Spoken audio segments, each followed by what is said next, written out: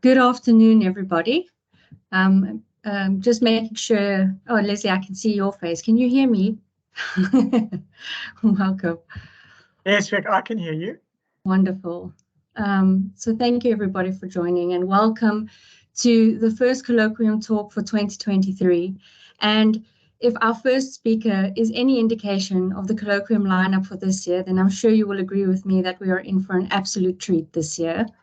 Colleagues, our first speaker needs no introduction in our department. In fact, not too long ago, at the December graduation ceremony, Professor Patel received an honorary doctorate from Stellenbosch University for his absolutely outstanding contribution to global mental health, which is no surprise given that he is, without a doubt, the leading figure in global mental health movement. And we were, of course, not the first to award Professor Patel with an honorary doctorate. In fact, we are one of 4 that he has. So he has from Georgetown University in the US, York University in Canada, and the University of Amsterdam as well. As you all may have read from his impressive bio that I shared, he is the Pershing Square Professor of Global Health at Harvard Medical School, where he leads the Mental Health Lab, Mental Health for All Lab, and he's also the co-founder of the Center for Global Mental Health and Sangath, which is an Indian NGO that won the MacArthur Foundation's International Prize and the WHO Public Health Champion of India Prize. He's a fellow of the UK's Academy of Medical Sciences and member of the US National Academy of Medicine. He also served on the committee which drafted India's first national mental health policy and the WHO High-Level Independent Commission for Non-Communicable Diseases. He also co-led the Lancet Commission on Global Mental Health and Sustainable Development and the Lancet-World Psychiatric Association's Commission on Depression. He also serves as the co-chair of the Lancet Citizens Commission on Reimagining India's health system. He has been awarded numerous extremely prestigious awards and prizes and was listed as one of Time magazine's 100 most influential people in 2015. Professor Patel, we welcome you to the colloquium this afternoon, and thank you very much for taking the time to come talk to us. Colleagues, Prof. Patel will address us for about half an hour to 40 minutes, after which we will take some questions from the audience. Thank you very much, Professor, and over to you. Thank you very much, Bronwyn. 2 things. First of all, can you just confirm you can hear me? And secondly, can you see my presentation? Yes. Okay, great. So, which people are they talking about? Thank you. Thank you so much. There we go. Thank you so much to everyone. I'm going to just request people to mute themselves, and I'm hoping we'll have a good conversation after I've given my... I don't understand Teams. Colleagues, please could we mute our microphones? Great, thank you so much. Well, first of all, just to say thanks to the department and its leadership, not just for inviting me to open this year's colloquium series, but more importantly and more humblingly, for having nominated me for the honorary doctorate, which I received last year in a very memorable occasion at Stellenbosch University. I was delighted to meet some of you during my visit to Stellenbosch, and only sorry that in fact this colloquium is being delivered remotely. It would have been wonderful if I had been able to do this in person. But nevertheless, I'm looking forward to spending this hour with all of you and sharing something that I think keeps me awake in a very positive way, day and night, something that I've been very passionate about for much of my career, and which also frames the work that I plan to do in the remainder of my career, which I hope to share with you in the latter part of my presentation. As you can see, my focus has been largely on psychosocial interventions. What are these? These are interventions, unlike medication, which target either the internal environment of a person, that is to say, their psychological environment, typically intervention that build skills in the individual to address their social difficulties or their personal psychological mechanisms, or the social world that they inhabit, particularly targeting social mechanisms that are associated with the onset and the perpetuation of mental health problems. What's the evidence for these interventions? Quite simply, as you read the evidence, this is, of course, a kind of a real high-level synthesis of this extremely large body of science around the effectiveness of psychosocial interventions. When you read this list, you realize that there is scarcely an individual with a mental health difficulty who will not benefit from a psychosocial intervention, or put in a different way, almost every individual who is struggling with their mental health can benefit from a psychosocial intervention. Indeed, in the case of many mental health conditions, such as, for example, PTSD, anxiety, and autism, in fact, psychosocial interventions are either the only or the most effective treatment. The intervention that I have spent, the condition which I've spent most of my career working on has been depression. And of course, depression is one of the most common mental health problems that you encounter in the population, and particularly in primary care. And for this particular condition, there are two different monotherapies that have been found to be very effective: antidepressant medication and brief psychological treatments, mostly based on cognitive behavioral principles or interpersonal principles. We now know through large comparative meta-analyses that these are comparable interventions when it comes to remission rates. But we also know through very recent meta-analyses that psychological treatments outperform antidepressant medication when it comes to the all too important long-term outcome of recovery, that is to say, lower relapse rates. Given this evidence, let's ask the question: what proportion of people with an acute depressive episode receive a psychosocial intervention? And I'm going to use the US as a case study, in part because I live and work for half the year in the US, and where I've come to terms with recognizing how well-resourced the US is, particularly when it comes to mental health specialists. The US, for example, has a higher rate of mental health specialists per capita than almost any other country in the world, and certainly spends more dollars per capita on mental health care than any other country in the world. So you would kind of expect that this would be a country where you would expect a substantial proportion of people with depressive episodes receiving an evidence-based intervention. It turns out that only about a quarter of those who are actually accessing care for their depressive episode receive a psychological treatment. And of that quarter, less than half actually receive an evidence-based treatment. And this is really important to emphasize. Simply receiving a psychological intervention doesn't mean you're receiving an empirically supported intervention. This is, of course, in comparison to over 90% who will receive a medication. Patients, especially low-income and minority groups, are overwhelmingly more likely to express preference for psychological treatments, but perhaps not surprisingly, are much less likely to in fact receive these treatments. And not surprisingly, patients obviously do not do as well when they receive the treatments that they do not prefer, in this instance, through non-adherence with medication. Now, I often ask my students to do a thought experiment. I'm going to do one with you right now. Imagine we were talking here not about depression, but about breast cancer. And imagine we had two different interventions for breast cancer. Intervention A and intervention B. Both were associated with similar remission rates. But intervention A was associated with better long-term outcomes, that is to say, lower relapse rate. Intervention A was also the one that most women, especially women from minority and low-income groups, preferred. Could you imagine a healthcare system that only made intervention B available to those women? This, friends, is what is happening in the world's wealthiest and most resourced country. And in fact, I would say this is probably what is happening in most high-income countries around the world, with a few exceptions which have invested heavily in improving access to psychological treatments, such as England. Globally, in the other country I spent half my life, which is, for example, in India, there's virtually 0% coverage. And again, by coverage here, I'm referring to empirically supported psychosocial interventions. And this would be true, again, of most low and middle income countries, and especially true of rural, low-income populations in these countries.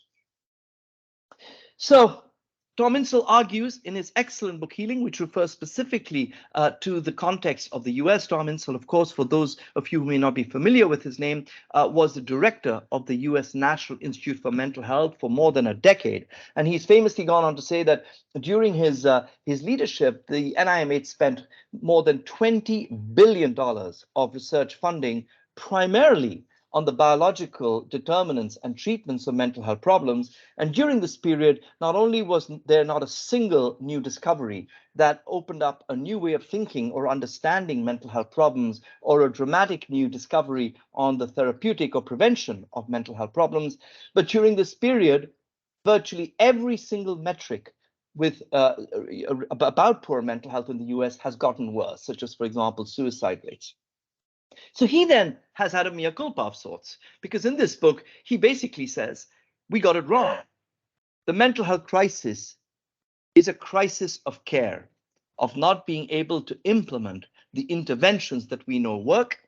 And at the heart of this are empirically supported psychosocial interventions. So we need to step back and think for a moment, why do psychosocial interventions not get scaled up, given this evidence base? Well, there are many reasons, and these are some that I have encountered during my own work. These interventions can become impossibly complex with many different moving parts, many different components, which make them extremely difficult to learn and practice in the real world. There's a resistance, of course, of professional guilds, such as the guilds that represent mental health professionals, to having anyone who hasn't been through the increasingly expensive, lengthy, and complex training that is needed to, in fact, learn these complex interventions. There are also many questions asked about cross-cultural applicability, in large part because, of course, these complex psychological interventions were developed in the highly rarefied settings of labs, of universities, mostly in the US and in Britain.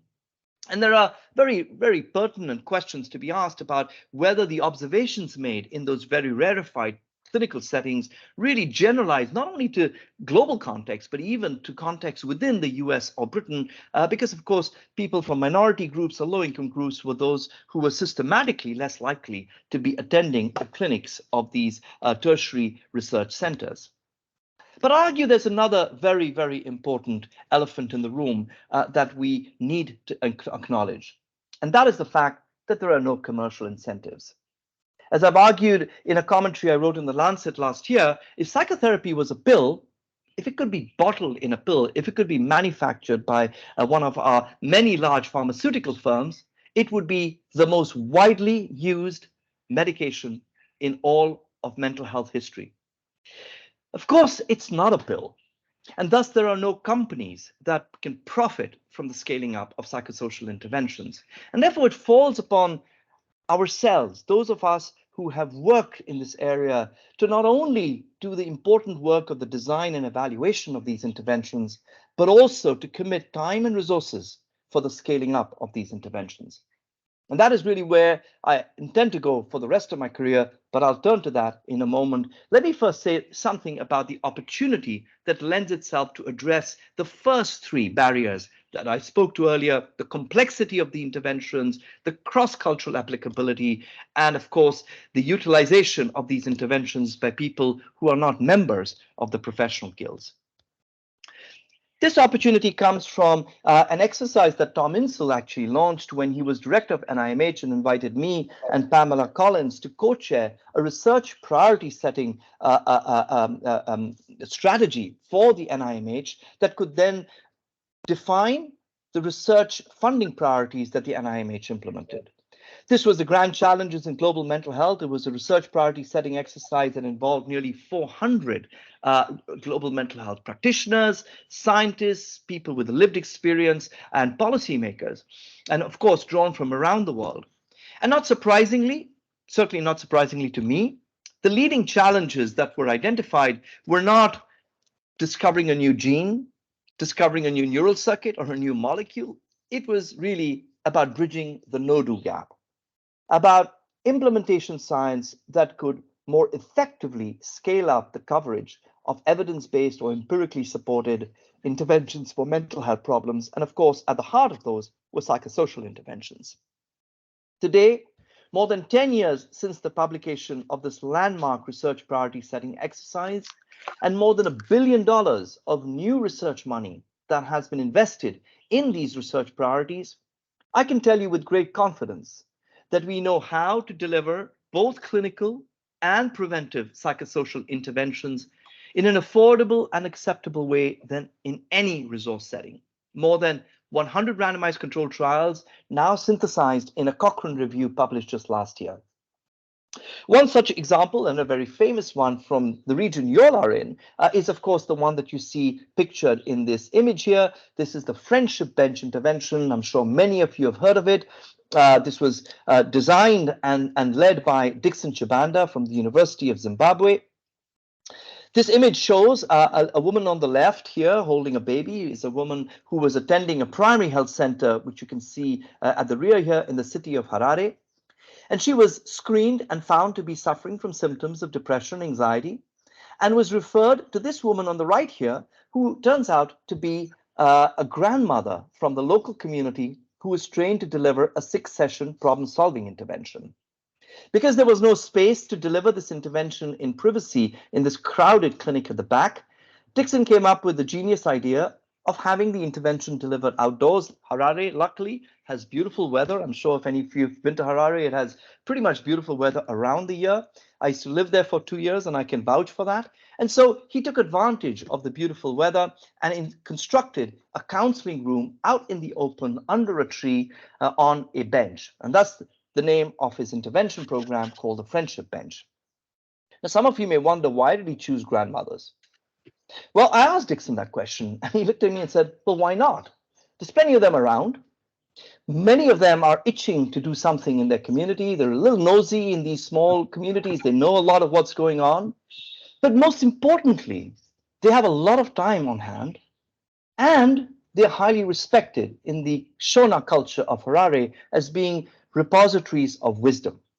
The wisdom of elders, of course, we've all heard about, thanks to the incredible group of wise people drawn from Africa and from other low and middle income countries, who are seen as a representation of this ancient tradition of respecting elders. And so he harnessed all of these different characteristics of grandmothers and constructed an intervention which is now being scaled up, not just in Zimbabwe, but in a number of other settings as well. My own work has focused on a very similar theme, but working largely in India with the non-governmental organization Sangath that I co-founded back in 1996. And as you can see from the titles of these randomized controlled trials that are pictured on this slide, Sangath has been pioneering interventions to improve access to empirically supported psychosocial treatments across the full range of mental health problems, across the life course, from autism through to dementia, and from prevention, for example, working in school settings for the prevention of mood and anxiety problems in adolescents, and improving recovery in people living with serious chronic mental illness, all the way through to the treatment of acute episodes, such as, for example, the Healthy Activity Program, which I'll talk more about in a moment. This large body of evidence is transforming. First of all, it's been synthesized in these examples of 2 papers, both from younger mentees of mine.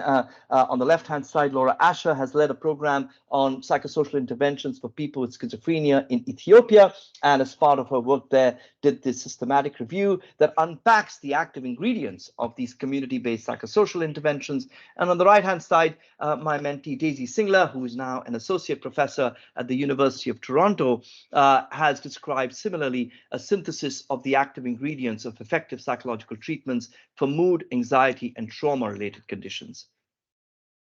This large body of evidence is helping us redefine mental health care in 4 very important ways.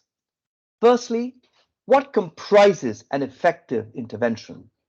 In large part, these psychosocial interventions are very brief, sometimes as brief as just 1 to 3 sessions.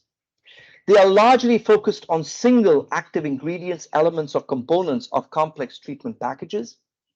And very often, they address not only the psychological environment of the individual, but also address social determinants of their poor mental health. The interventions are delivered where people are, not where the providers are. In my own work, this has been typically in primary health centers where patients are attending for a variety of their complaints, but also in schools for children and young people and in community settings.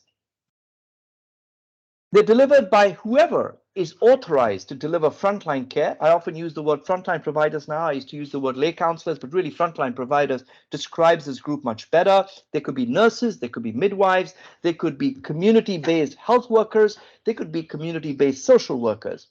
They could also be lay people or peers in the community who have a calling to care for others with mental health problems. And of course, this intervention is delivered not as a separate silo from the existing mental health care system, but as an extension of the healthcare system so that it can reach the last mile. It can expand the footprint of the existing mental health care system into the community. By using resources then that every community has, I think what this does, it flips the narrative that we heard too often, that countries like ours, India, South Africa, and elsewhere in the low and middle income world are under-resourced, by flipping the narrative into saying that every country and every community has the resource that is needed to provide mental health care. People who care for others. What we now need to do is to deploy the resources to empower and enable these ordinary human beings without specialized training in mental health to actually be able to deliver empirically supported interventions. The benefits of this approach, of course, go well beyond improved access to evidence-based care. Indeed, even in the US, as you've seen, despite this enormous largesse of mental health specialist resources, the majority of people who are living with depression, and indeed the majority of people living with any mental health problem, are unable to access empirically supported interventions. And it's not therefore just a question of the supply of mental health specialists. There are many other benefits of this approach that address the barriers to accessing these interventions. These interventions are delivered in the community where people are. This helps reduce stigma associated with mental health problems. You don't have to go to a clinic that says psychiatry or psychology on it. You receive care oftentimes from a frontline provider who is also addressing your social determinants and your medical problems, making this the hallmark of person-centered care. And moreover, in almost all my work, I've always made an effort to find out what challenges and what benefits the frontline providers themselves experienced when they were empowered to deliver these interventions. And almost always, one hears stories of personal fulfillment, of personal growth, of the application of these new skills in one's own life. Oftentimes, I hear stories by frontline providers who say, you know, Dr. Patel, you have taught me something that I wish I knew and I learned myself. I went through what you now describe as depression. I went through exactly the same 7 years ago when my husband died. And now I can use these techniques in my day-to-day care of the patients that I have to encounter in my community work. Moreover, this evidence is transforming mental health globally at the level of policy and practice.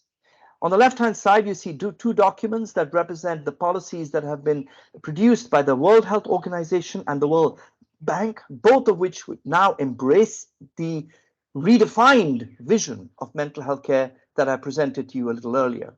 At the national level, the National Mental Health Policy of India and the RAND Corporation report on how to transform the US mental health system also embrace this new evidence. In fact, only in the last couple of months, the Biden administration has produced a report that has been accepted, is a bipartisan report, actually, maybe one of the few things that both the Democrats and the Republicans can agree on in the US is not only that there is a crisis of mental health in the US, but most importantly, that investments need to be made, not at the top of the pyramid of care, not in more specialty mental health care, even though, of course, that is falling short and does need some investment, but by investing heavily at the base of the pyramid of care.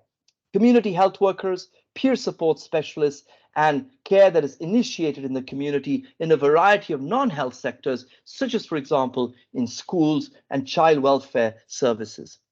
This, my friends, is the power of the implementation science that to a large extent is only about 20 years old.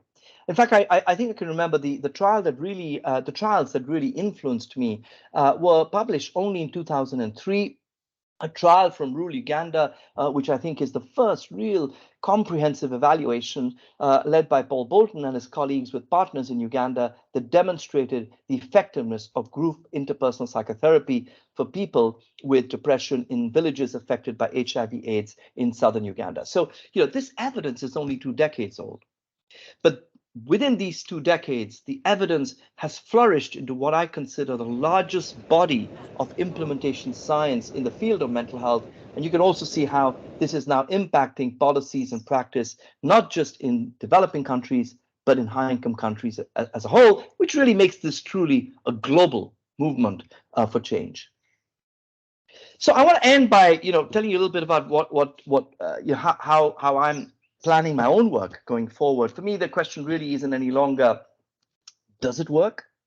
That's been answered. The real question now is, how do we build the frontline workforce rapidly to scale up empirically supported psychosocial interventions? And with this in mind, in a collaboration between Harvard Medical School and Sangath, 3 years ago, I launched the Empower platform. The Empower platform was launched just before the COVID pandemic. I couldn't have preempted even how rapidly what I'm about to tell you has been embraced as a way to scale up capacity building in global health. The deployment of digital tools to enable a frontline workforce to learn, master, and deliver quality assured, empirically supported psychosocial interventions. The mission of Empower is not modest. It's really to empower anyone, anywhere, to master the delivery of these interventions. And we've adopted a staging approach to select these interventions. I hope all of you are familiar with the staging approach. It really, it's a way of representing the reality of the distribution of mental health problems in the community, which of course do not follow a diagnostic binary model, but really represent a dimension that starts from people experiencing acute short-term distress. At this stage of the evolution of mental health problems, the goal is largely prevention, and we're designing a single session intervention based on both psychological and social science, with the idea of literally disseminating this to virtually anyone and everyone in both in and outside the health system. At the next stage is where you start having a constellation of symptoms that are occurring over extended periods of time, usually several weeks or months. And here, the goal is early intervention before it becomes a full-blown crisis that requires mental health specialist care. Here, the focus is on brief psychosocial interventions for specific mental health problems such as depression, and the potential audience are diverse non-specialist frontline workers such as community health workers.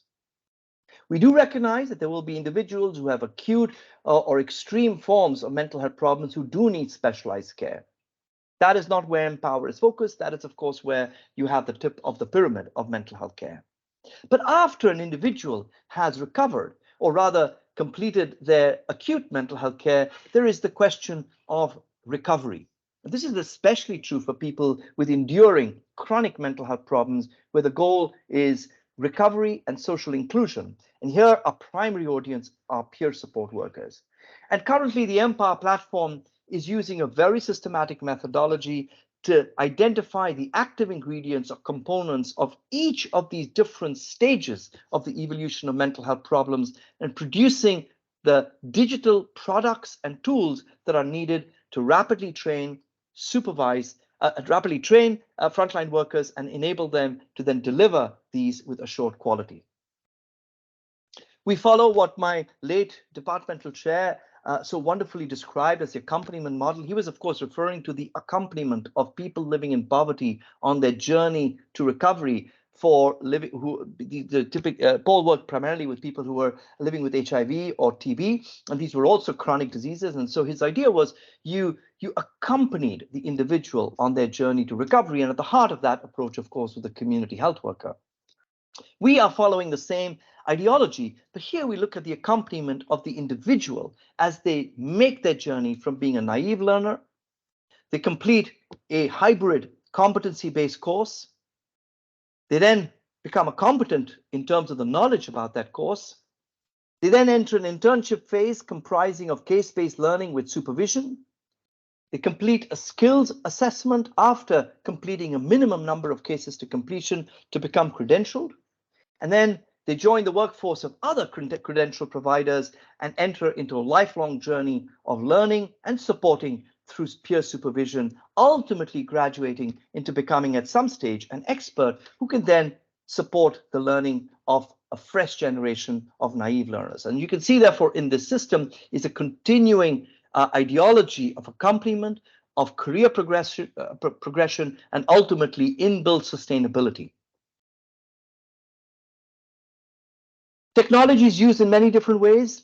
A digitally delivered curriculum on any learning management system. So a lot of our work is really on producing the digital content, which can then be adapted for diverse cultures and contexts. Doing competency assessments in a remote format, including both the assessment of skills and knowledge through remotely delivered role plays. A bespoke digital app that we are designed in partnership with the world's leading community health worker technology platform called Dimagi for measurement-based peer supervision and quality assurance. And data science-driven evaluation of the digital data that is generated both from the providers and in certain settings where possible from patients that can allow us very interesting kinds of analyses, not just the evaluation of the scaling up, but also unpacking, for example, which specific quality metrics predict patient outcomes. And using that data then, reinforcing the training and supervision so that you increasingly focus on those quality metrics. And therefore, in a continuing quality improvement framework, are continuously improving the effectiveness of the mental health care delivery system. I want to end with one or two quick examples so you can get a sense of what this really looks like. About 8 or 9 years ago, I worked with a team in India to design a 6-session treatment for patients with severe depression. This was not just mild to moderate, but severe depression attending primary care. It was designed to be delivered in routine care by lay people with no prior training. The Healthy Activity Program was a manualized intervention, one of the largest trials for severe depression ever conducted, with nearly 500 patients participating in the trial, demonstrating very large effects that were not only seen at the acute after 6 sessions at 3 months, with 2/3 of patients recovering compared to only 1/3 in the enhanced usual care arm, but those were sustained at 12 months, and incredibly, 5 years later, a team of economists led by the Nobel Prize winning economist Abhijit Banerjee, who was examining the economic benefits of psychological treatments for depression, found that 5 years later, the patients with severe depression who'd received a 6-session treatment, each session was about 30 to 40 minutes, still showed similar recovery rates and statistically significant differences with the control arm. And it's not surprising, really, when you think that these brief structured psychological treatments aren't primarily insight-oriented alone, but they're primarily skills-based. They're teaching people the skills that enable them to address stresses in their daily lives and prevent a slide into a depressive episode. Now, importantly, some of you will notice that 1/3 of these individuals did not remit and recover. This is the third that will need more specialized psychological and/or psychiatric care. And this is why I mentioned earlier that we need to consider this kind of delivery model as an extension of, not as a replacement of, the specialized mental health care system. But if we look at the two bolted together, 2/3 of our patients with severe depression don't need to see a specialist at all. And that itself is a very dramatic result. These findings were replicated in subsequent trials in Nepal, published in the British Journal of Psychiatry, in another trial that is yet to be published, but I'm really excited about the results that were unblinded only last week, the largest trial of the treatment of adults living with HIV and depression to ever been conducted in Africa. This was in Uganda, led by Eugene Kinyanda. You'll have to wait for the final trial results, but all I can tell you is that the results are absolutely unbelievable in terms of the effects of this 6-session treatment in terms of depression outcomes in people living with HIV. But the treatment has also now been adapted for perinatal depression and is being evaluated in the largest star-sharing trial ever conducted in North America, led by Daisy Singler, in 3 settings in Canada, and 1 in Canada and 2 in the US. With NIMH funding, we were able to develop the methodology of creating a curriculum that could be delivered digitally. And we then evaluated this digital training with and without coaching against the gold standard of the expert-led workshop model. These randomized controlled trial findings are in preparation. You can see the results here. Basically, the neat result is that there was no difference between the gold standard and coach-assisted training. Coach-assisted training is therefore now our go-to destination for the scaling up of the learning of this intervention, which can be delivered on a digital phone. We also showed through earlier work that peer supervision was as effective as expert-led supervision, provided it was quantifiable and structured. And so in the last year, with Grand Challenges Canada support, we have developed the digital tool that I mentioned earlier with Dimagi that allows health workers to keep electronic records of their patient sessions on their own phone and to use those records as well as audio recorded sessions that can also be recorded on the same app to record the supervision, which can then be quantified by listening to your peers' ratings and using a behavioral activation quality rating scale. It's the first time really where you can also scale up the quantification of the quality of frontline worker delivered psychotherapy. And so you can see here examples of what the screenshot looks like of the ratings that are made by peers of the skills demonstrated in a specific session that they have heard. These are the self-rated, the yellow bar is self-rated. This is the group average of your peers, and this is that of the expert supervisor. This, of course, we have an expert supervisor for the internship phase of the career progression. But once you're certified or credentialed, there's no expert because you yourself act as an expert for your peers. As I speak, friends, the first scaling up of community health workers in the real world is taking place in central India, in 3 rural districts of India. This is being done in the hands of the ASHA. This was being done in the pandemic. As you can see, this is why everybody is wearing a mask. And the ASHA is India's frontline health worker of the National Health Mission. More than 1 million ASHAs provide frontline care. They did so also during the COVID pandemic, and they are now being deployed to deliver depression care. We have some really, really amazingly exciting data. This is real world, this is not research. Not only about the completion rates of training, more than 1,000 have completed training already, but also how they're identifying cases in their routine community work and delivering interventions.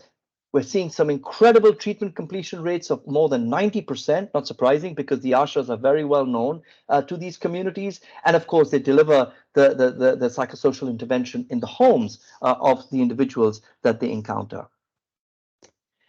2 years ago, we launched Empower in the US with support of the American Psychological Association and their visionary CEO, Arthur Evans. And perhaps in an unusual kind of unusual kind of flow of knowledge, the 6-session treatment designed in Hindi in India was adapted for the American cultural context. Don't often see that these days. So we took the foundational skills, which is the core set of skills that any counselor needs to have to deliver a psychological treatment, and the healthy activity program, and have adapted it for the specific context of the US. And we're currently adapting it for the specific context of Hispanic migrants to the US in the Spanish language. In 2021, in the midst of the pandemic, a group of Texan philanthropists announced the Lone Star Challenge.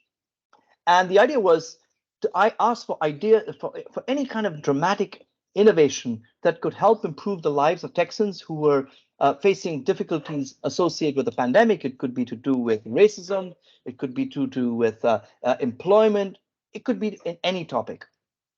We joined hands with the Meadows Mental Health Policy Institute in Dallas and the University of Texas and proposed a rapid scale up of depression care in Texas using evidence-based practices, at the heart of which was the Empower model of community health workers delivering brief interventions based on behavioral activation. And we were thrilled that this jury actually selected the Lone Star Depression Challenge, as we called it, as the prize-winning entry. And so as we speak, the first batch of community health workers in the US are now learning how to deliver this 6 to 8 session treatment for depression in their communities. We're following the same playbook for another intervention. This is also in the disorder stage of the dimensions of mental health problems. This is a brief problem-solving intervention, 4 sessions delivered by school counselors for adolescent emotional disorders, mood and anxiety conditions. Very similar playbook of designing the interventions, running them in a randomized controlled trial in low-income schools in Delhi, in North India, alongside a number of different materials that were developed in a cartoon format for very young adolescents aged 12 to 16. And thanks to philanthropy and my joint leadership with John Weiss, who is a professor of adolescent psychopathology at Harvard, and Jamie Young, who's the chief of adolescent psychology services at the Children's Hospital of Philadelphia, we are now adapting all of these for scale up in school settings in the US. Again, a great example of reverse engineering, really, where interventions that were designed in the very specialized settings of psychological treatment labs in the US were then modified, heavily modified by global mental health practitioners for delivery in low resource settings. And those heavily modified interventions are now being re-exported back to the US. And so this is my last slide, and it really is the lesson that I want to leave you with. And I use the word, I have highlighted the word global, because I believe these are lessons, as you hopefully will see, are not only true for countries such as where you and I work, but actually are true for all contexts and communities around the world where there are large unmet needs for care, especially empirically supported psychosocial interventions that are delivered where people are. And so the key lesson is to scale up these interventions by deploying digital tools and products to rapidly enable a frontline workforce to learn, master, deliver, and evaluate these interventions. Well, thank you very much, and I will stop sharing now, and hopefully we can enter into a conversation with all of you present. I'll hand it back to you, Bronwyn. Gosh, Professor Patel, thank you so much. On behalf of everyone attending, I'm first going to give you a round of applause. That was absolutely incredible. And I must say, it felt like I was seated at some prestigious conference with you as plenary speaker, with just the way that the information was shared with us. So much going on, so much to look forward to as well. And a real emphasis on not only is it important about what is being delivered, but that investment in who is delivering it, and leveraging and supporting the frontline force, which you spoke about, which is absolutely phenomenal. So if we weren't impressed by what has already been done, it seems like we are, that the world of global mental health has a lot to look forward to. So thank you very, very much. Colleagues, I could absolutely dominate the question and answer session going forward, but that is not the purpose of the colloquium. It really is to hear the comments and questions from our audience as well. And there are many of you on the call this afternoon. So I would like to ask whether there are any just general comments or questions from those attending on the call. Please raise your hand. So the very first hand raised by, sure, that was quite quick between the two of you, Daniel and Leslie. Daniel, would you like to unmute yourself and go ahead? Hi there. Thanks very much for your presentation. It was absolutely fantastic. Sorry, I have a bit of a cold, so my voice is strained. So as you said, the evidence is there for the psychosocial interventions, and my path is kind of 20 steps behind you, but very interested in doing exactly what you're doing. So I started an NPO that does psychosocial intervention training, and we've worked with students, and we're going into working with NPOs as well and training their staff. So 2 questions is, how is your app funded, and that whole system for supporting it? How can we contribute? Is that possible? And then there's kind of like a third question that's tied into that is, I'm trying to build an app that's in the mental health promotion and prevention realm, specifically targeted at youth. And as you said, there's a lot of evidence for why this works, but there isn't a lot of buy-in. So how do we get government and universities and other role players to kind of buy into this idea? Thanks. Yeah, thank you so much for those questions. Really, very important ones. Let me just say a little bit about Empower. Empower is completely an academic program that is run in my lab at Harvard Medical School and in Sangath. And so all the development funding is funded really by research grants because, the whole methodology to design digital curricula, to assess competencies, how do you do this remotely? Is it as good as in person? There are really important empirical questions.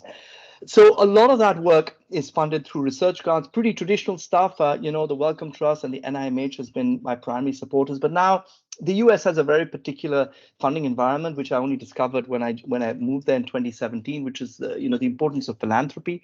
So we also get a lot of foundation grants. So everything we do is free. It's essentially in the spirit of publicly funded research. It's completely free and open access. And in fact, this is the model we followed right from the beginning. All our manuals, everything is free. Now, that being said, one of the problems with free things is, of course, that it's also not likely to be scaled up because you have to sustain the cost of a core team who is going to do things like supervision. There is a process of supervision as well that technical experts are needed. There is a cost of maintaining the back end of software. There is a cost of troubleshooting. So what I realized is, I'll give you a really great example. Think of the vaccine. The Moderna vaccine, for example, was developed in the labs of universities, including one of the investigators of Moderna is at Harvard Medical School. But the medical school is not able to scale up Moderna, the vaccine, just in the same way that no medical school or university can scale up a pharmaceutical product. And I've begun to realize that one of the problems for those of us who have this equity mindset is that we think of business almost as something which is something we will not touch. But we have forgotten that it is the business mindset that is at the heart of understanding how you scale things up, things that are innovative, things that can benefit people. And so I have actually, much to my own initial discomfort, begun to work with the medical school in spinning off a social enterprise that will work freely and independent of the regulation and restrictions of a university. For example, how we recruit people, the indirect charges, and all the other stuff that constrain universities. Or, for example, credentialing. No university, certainly not Harvard, is going to get into the business of credentialing community health workers in, say, Mexico. So you have to think of a different sector in society that is able to do that. And so we're about to launch something called Empower at Scale. And the idea behind Empower at Scale is really to adopt business practices using both a combination of grant funding, philanthropy, but also for those who can afford it, a simply straightforward a service fee to actually scale up these intervention products that are being produced by my lab. And finally, to say, for people who work in low resource settings, of course, my heart is primarily in those settings. You should know that there's no reason why a question of cost will ever be a barrier towards embracing the work that we do. And at the very least, what we look forward to is creating an intellectual academic community of people like, basically, all the design work is done by psychological scientists. So, we work across different settings. These are psychological scientists who want to contribute to the design of new interventions, competency tools, and so on. And I welcome you to join that process. And secondly, and I'll answer the second one briefly, how do you get people, to support this? Well, first of all, just to say the science is very new. And what we need to be doing is still disseminating the science, still advocating for the science. Already, the fact that such new science is being embraced by the world's richest countries and administrations is a pretty good signal. It's not very often you see such a rapid adoption of science in policy. And I think it's a stepwise process. So in the US, we're working with HMOs. These are organizations that give per capita coverage for patients. And they're beginning to see the cost effectiveness as a really good reason why they should start paying the community health workers for depression care.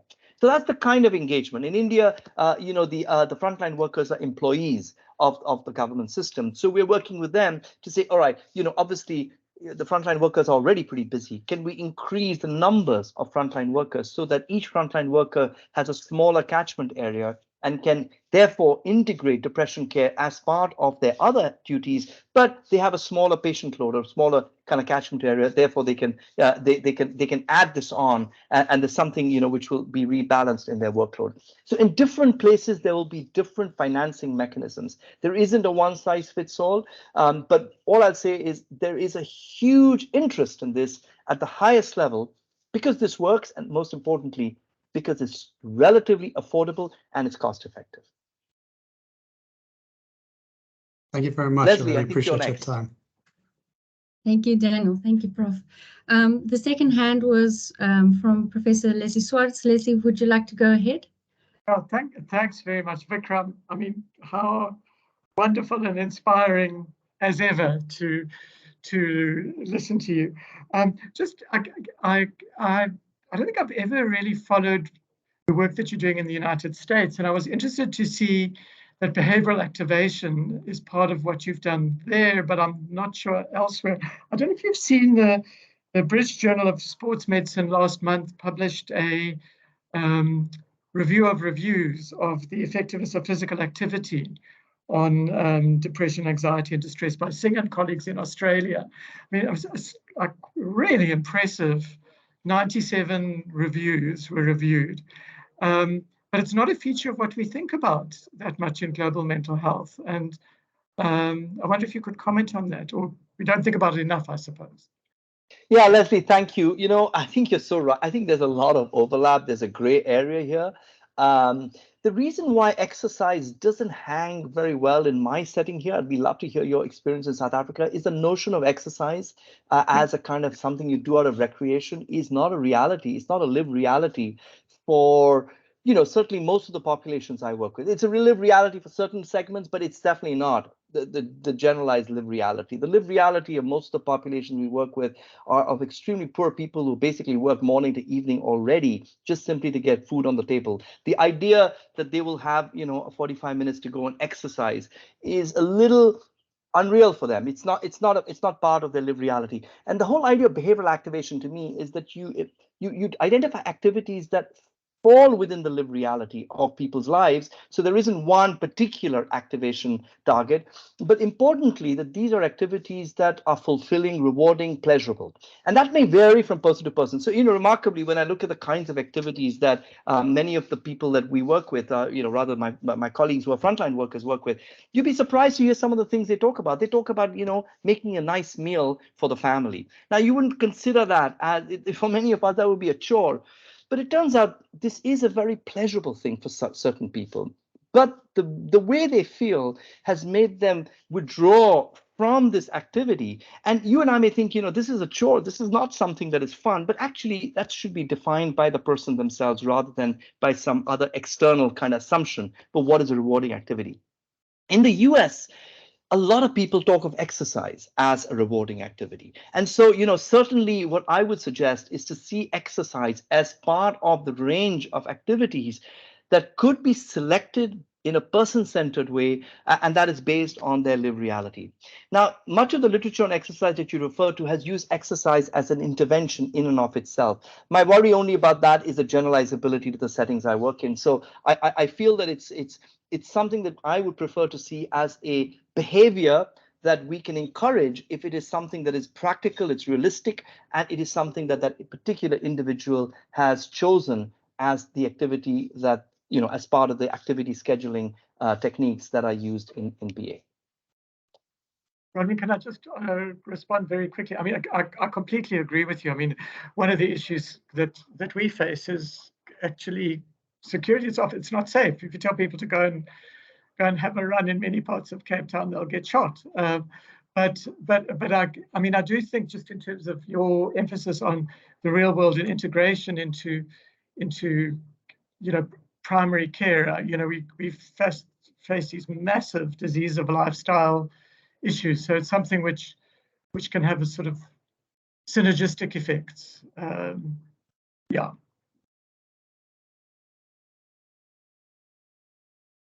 Thank you. And then I did see a third hand by Professor Ronell. Are you?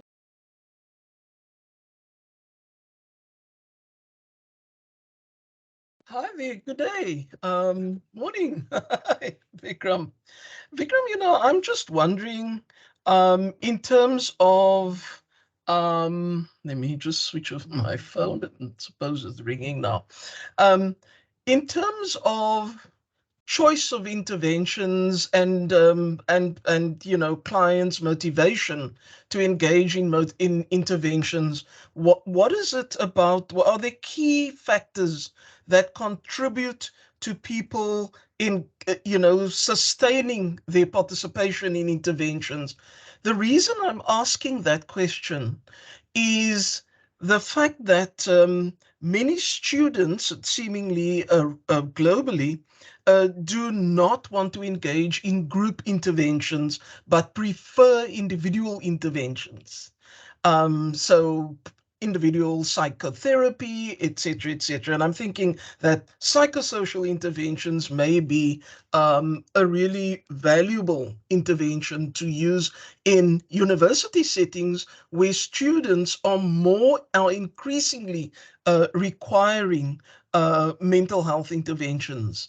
And so I'm wondering what the key factors are that will possibly spur people on to engage in these kinds of interventions. Thank you.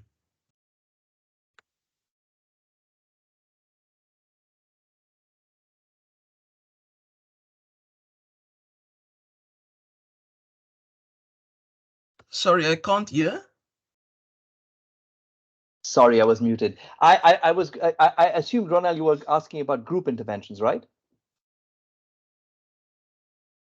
As I was saying in my lecture, can you hear me now?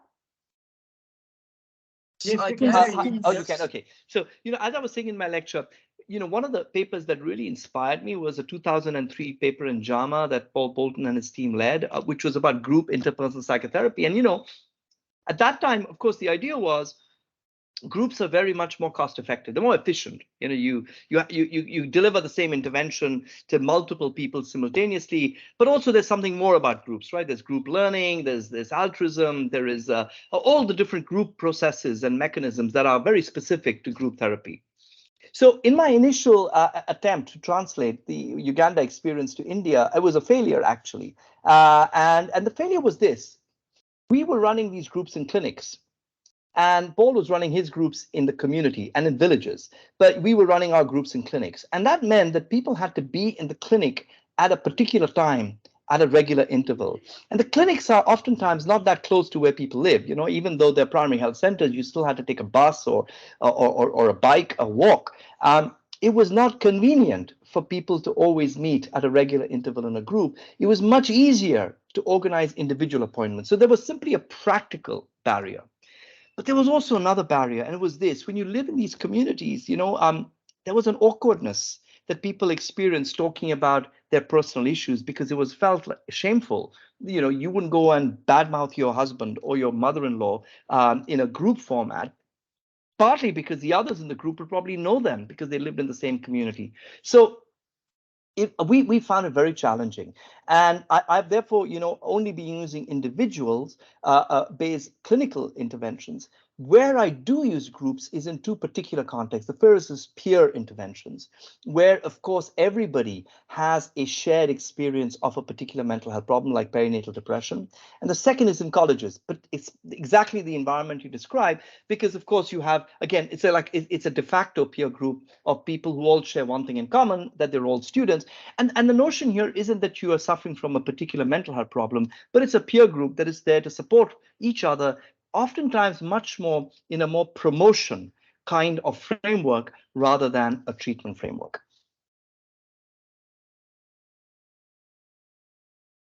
Thank you, Thanks. Prof. Patel. Our last question then, I will leave to Professor Lumari Kruger. Lumari, over to you. Can you hear me? Yes. I mean, it's not an important question, but Vikram, it's so lovely to have you, and you have a beautiful shirt on. You know what is very difficult is exactly what you talked about just now. When working in communities, and I've written a lot about this, is if you have mental health workers who are situated in the community, the whole thing about people knowing each other. I've written about gossip, that it's people actually like having outsiders coming in. I mean, it sounds very controversial because your model is very much let's train people in the community to work with people in the community. But what we have found is that people don't like to work with people in the community because of, and it's a stupid thing. I mean, I'm going to call it gossip. You know, that they don't feel safe, that they don't feel protected. How does that work? You haven't encountered that, because we really have had a problem of, say, someone's daughter is pregnant and then it is announced in the church that you know, that confidentiality and that kind of professionalism that we all take for granted, you don't always get with community mental health workers, and that people feel safer with an outsider like me going into a community and working with them. Do you? Yeah, well, Lou Marie, I think that's a really important question. And of course, we were always concerned about that at the outset. You can imagine ethics bodies would have asked us this question, exactly the one you have described. A couple of things I'll say. First of all, there's no shortcut to training and being extremely emphatic about the importance of privacy and confidentiality, training your workers. Secondly, our workers are not community mental health workers, they're community health workers. So they already actually are regularly visiting the homes of the people they serve for maternal and child health issues, for TB care, etc. So they're coming to your house is not suddenly a novel thing. So it's very easy to disguise why they came to your house, because they do it to everyone's house, on regular health promotion sweeps and so on. So that's the second. The third is obviously the person is informed about confidentiality and about privacy, and the session is done in a way that maximizes privacy. So all of these are the ways that we have used, and then we of course have gone and evaluated and asked, was there any added stigma either to the health worker themselves or to the people they were serving? And of course, there are instances. Of course, there will be the instance of, we have an intervention for drinking problems where the health worker said, the guy got very aggressive with me when I went over to deliver a session. And of course, there are risks, and one has to preempt, anticipate, and manage those risks. But as a rule, we've not had a problem with acceptability. There might be contextual differences here as well, Lou Marie, and I wouldn't suggest a one-size-fits-all. That's always been my big principle in mental health care, is to move away from the diagnosis-driven one-size-fits-all. And similarly, I would not suggest that what I'm describing will work everywhere, but this is what works in the context that I'm in. Now, I can see we're off over time, Bronwyn, so I want to just say a few words of thank you to you and to all the others who joined today. I've really enjoyed being with you, and thank you again very much to Stellenbosch for the great honor that was bestowed on me last December. Wonderful. Thank you, Professor Patel. Have a wonderful afternoon and week further, and thank you, everybody, for joining. Thank you. Bye-bye. Goodbye.